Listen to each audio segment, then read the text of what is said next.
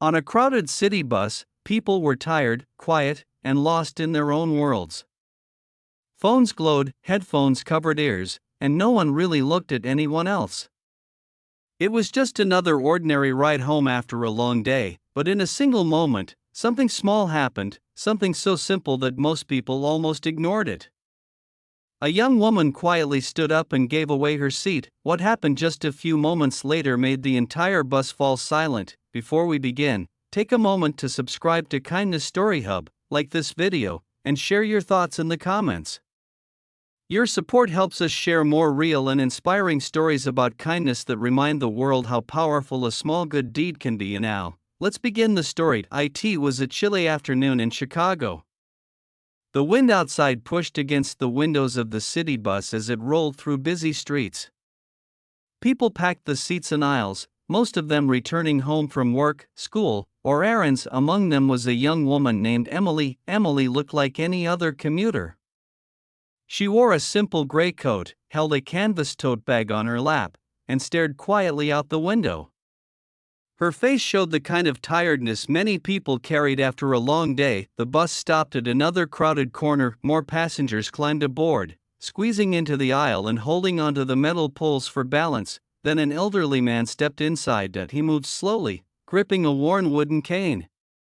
His coat was old but neatly buttoned, and his gray hair peeked out from beneath a faded cap. The driver glanced back briefly, but the bus was too full to do much about it. The man looked around for a seat. None were available. Some passengers noticed him.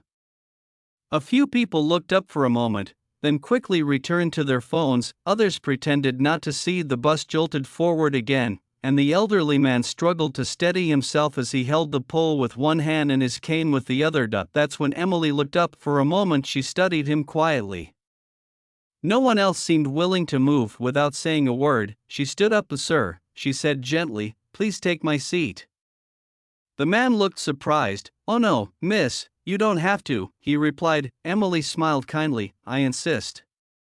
Slowly, carefully, the man lowered himself into the seat Emily had just left. "Thank you," he said softly. Emily nodded and stepped into the aisle, holding onto the pole as the bus continued down the road. Most people returned to their distractions. To them, it was just a small, ordinary act of kindness, but the elderly man kept looking at Emily with quiet curiosity. A few minutes passed. The bus rattled over a rough patch of road, and the man spoke again. "Young lady," he said, "may I ask you something?" Emily leaned slightly closer so she could hear him over the engine noise. "Of course. Why did you give me your seat?" Emily seemed surprised by the question. She shrugged lightly. "My mom always told me that if someone needs help and you can help them, you should." The old man smiled faintly. "That's a wonderful lesson." For a moment, both of them sat in silence. Then the man slowly reached into his coat pocket. He pulled out a small folded photograph. "Would you like to see something?" he asked. Emily nodded. The man carefully unfolded the photo and handed it to her. Emily looked down at the picture. It showed a younger version of the same man, standing proudly in a military uniform beside a group of soldiers. The photo looked decades old. "You were in the army?" Emily asked. The man nodded. "Yes. A long time ago." Emily studied the image more closely. "You look proud." The man chuckled softly. "I was, but the truth is, that picture reminds me of something else." "What's that?" Emily asked. The bus had grown quieter. Some passengers nearby had begun listening to the conversation without meaning to. The elderly man looked out the window as memories seemed to return. "Many years ago," he began slowly, "I was coming home from overseas. I had spent almost 2 years away during the war." Emily listened carefully. "When my plane landed in the United States, I was exhausted, scared, and honestly, a little lost." He paused. "I remember taking a bus from the airport. I didn't know anyone there. I didn't even know where I was going to stay." Emily's eyes softened. "And then," he continued, "a stranger did something very small." "What happened?" Emily asked quietly. The man smiled as if replaying the moment in his mind. "The bus was full.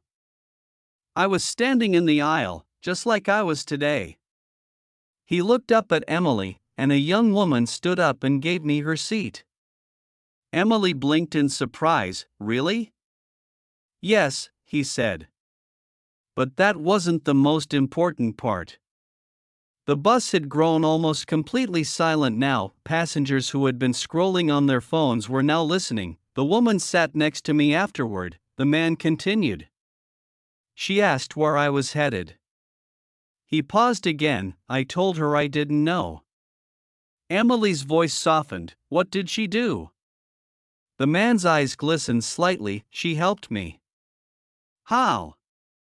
She introduced me to a friend who owned a small construction company. That conversation led to my first job when I came home. He looked around the bus slowly. That job helped me build a life. A family. Everything I have today started because one stranger decided to be kind. Emily looked down at the photograph again. So, that moment changed your life? The man nodded. Yes. Completely. For a moment, neither of them spoke. Then the man looked back at Emily, and today, he said gently, you reminded me of her. Emily seemed touched but slightly embarrassed. I just gave up my seat, she said. The man shook his head softly. You did something much bigger. Several passengers nearby had stopped pretending not to listen. The bus driver even glanced back briefly. A kindness spreads, the man continued.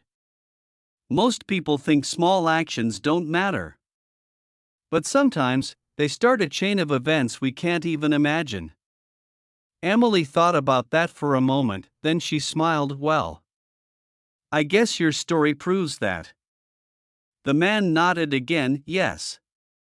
And maybe someone on this bus will remember today the same way I remember that moment long ago.